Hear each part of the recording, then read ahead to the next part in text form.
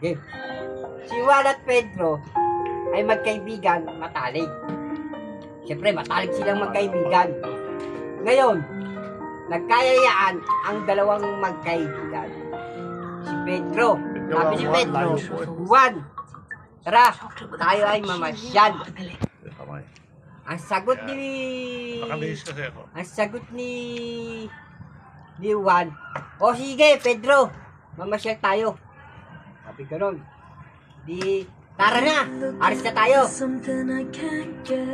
Alis na sila.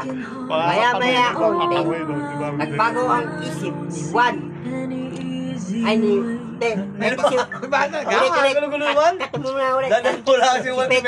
si Pedro ang ano rito. Si Pedro. May ano lugar kay Pedro. Nagkabaliktad yung tao. Ulit. Diretso. Ang sabi ni Juan kay Pedro, Pedro, halika, tayo mamasyal. Sabi, o sige, Juan, paalis na sila. Nagbago ang isip ni Pedro. Teka muna, Juan. Saglit lang, may naiiwanan ako. Pasok ulit siya sa bahay. Pagpasok sa bahay, naghihintay ito si Juan. Sabi ni Juan, napakatagal naman ni Pedro. May kukuhanin laang, may nalimutan. Bakit napakatagal? Sobrang inip ni Juan, pumasok si Juan sa bahay. Ngayon, nakita niya ngayon si Pedro ay nagsusulat. Nagsusulat siya.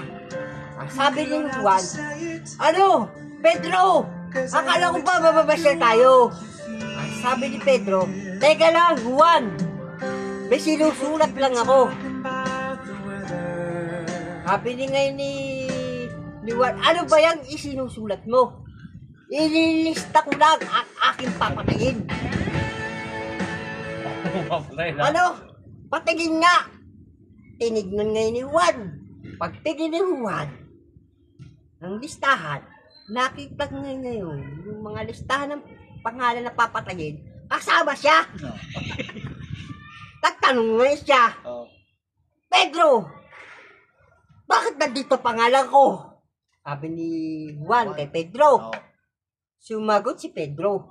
Ang sagot ni Pedro, bakit? Kakasa ka ba? Sabi ni Pedro. Sabi ni Juan, hindi. Sabi ni Juan, oo. Sumagot si Juan, oo, kakasa.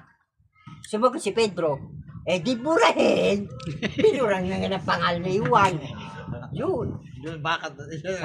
Yun ito? Natakot si Pedro. Binura ang pangalan ni Juan. Burahin.